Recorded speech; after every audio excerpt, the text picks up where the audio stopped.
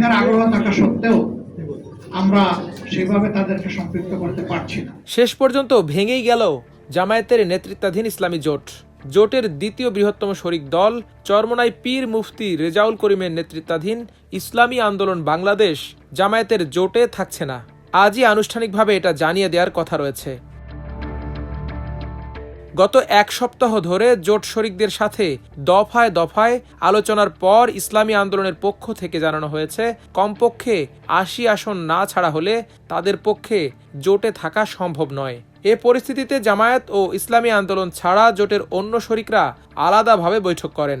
সেখান থেকে খেলাফত মজলিসের এক অংশের আমির মাওলানা মামুনুল হক আবারও চরমোনাইয়ের পীরের সাথে যোগাযোগ করেন। আসন বন্টন নিয়ে মধ্যস্থতার চেষ্টা করে তিনি ব্যর্থ হন। গভীর রাতে জামায়াতের একজন নেতাকে পুরো পরিস্থিতি অবহিত করেন মাওলানা মামুনুল হক। জোটের একাধিক শরিক ও জামায়াত ইসলামীর নেতাদের সাথে আলাপ করে জানা গেছে, চরমোনাই পীরের দল ইসলামী আন্দোলনের পক্ষ থেকে সুস্পষ্ট বার্তা দেয়া হয়েছে, জোটে থাকা সম্ভব হচ্ছে না। চরমোনাই পীরের দল জোটে না থাকলেও অন্য সব দল জোটে থাকছে বলে নিশ্চিত করেছেন শরিক দলের একাধিক নেতা। অর্থাৎ ১১ দলীয় জোট এখন ১০ দলীয় জোট হতে যাচ্ছে। জামায়াত ইসলামীর সহকারী সেক্রেটারি জেনারেল মাওলানা আব্দুল হালিমের কাছে এ বিষয়ে জানতে চাইলে তিনি জানান, আজ দুপুরের মধ্যে জোটের শীর্ষ নেতারা বৈঠকে বসবেন। এরপর গতকাল স্থগিত হওয়া সংবাদ সম্মেলন অনুষ্ঠিত হবে। খেলাফত মজলিসের একজন নেতা নাম না প্রকাশ করার শর্তে জানান, জোটের অন্য শরিকরা ঐক্যবদ্ধ থাকার ব্যাপারে একমত হয়েছেন। তিনি আরও জানান, নতুন করে কিছু আসনে বিন্যাস হতে পারে, তবে তাতে কোনো সমস্যা হবে না। জোটের একাধিক নেতা জানিয়েছেন, জাতীয় নাগরিক পার্টি বা এনসিপির যোগদানের পর থেকে ইসলামী আন্দোলনের পক্ষ থেকে চাপ বাড়তে থাকে। এনসিপির জোটে যোগদানকে স্বাভাবিকভাবে নিতে পারেনি ইসলামী আন্দোলন বাংলাদেশ। এরপর দলটি দাবি করে ১৪৩টি আসনে তাদের বিজয়ী হওয়ার মতো সমর্থন আছে। এনসিপি ও জামায়াতের প্রভাবশালী নেতাদের আসন দাবি করে দলটি।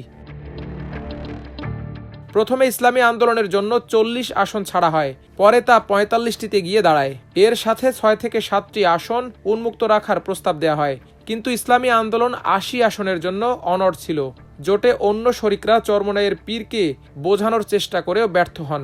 অপরদিকে ৮০ আসন ছাড়ার কোনো সুযোগ ছিল না জামায়াতের, কারণ এতে সম্ভাবনাময় আসনগুলো শুধু হাতছাড়া হবে না, একটি দলকে বিপুল সংখ্যক আসন ছাড়লে অন্য দলগুলোর পক্ষ থেকে আরও বেশি আসন দাবি করা হতো।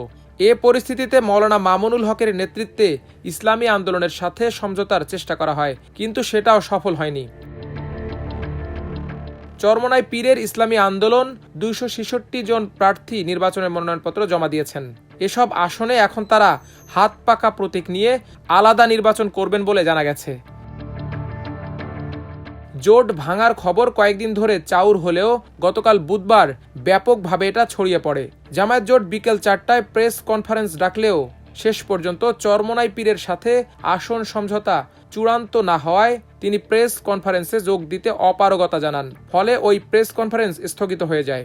রাতে জামায়াতের সহকারী সেক্রেটারি জেনারেল অ্যাডভোকেট এহসানুল মাহবুব জুবায়ের জোটে সমস্যার কথা স্বীকার করলেও এটা কেটে যাবে বলে তিনি মন্তব্য করেন, কিন্তু কাল সারাদিন ও রাতেও চেষ্টা চালিয়ে সমঝোতায় পৌঁছা যায়নি। শেষ পর্যন্ত আজ সকালে জোট ভাঙার খবর নিশ্চিত হওয়া গেছে। মাল্টিমিডিয়া ডেস্ক, আমার দেশ।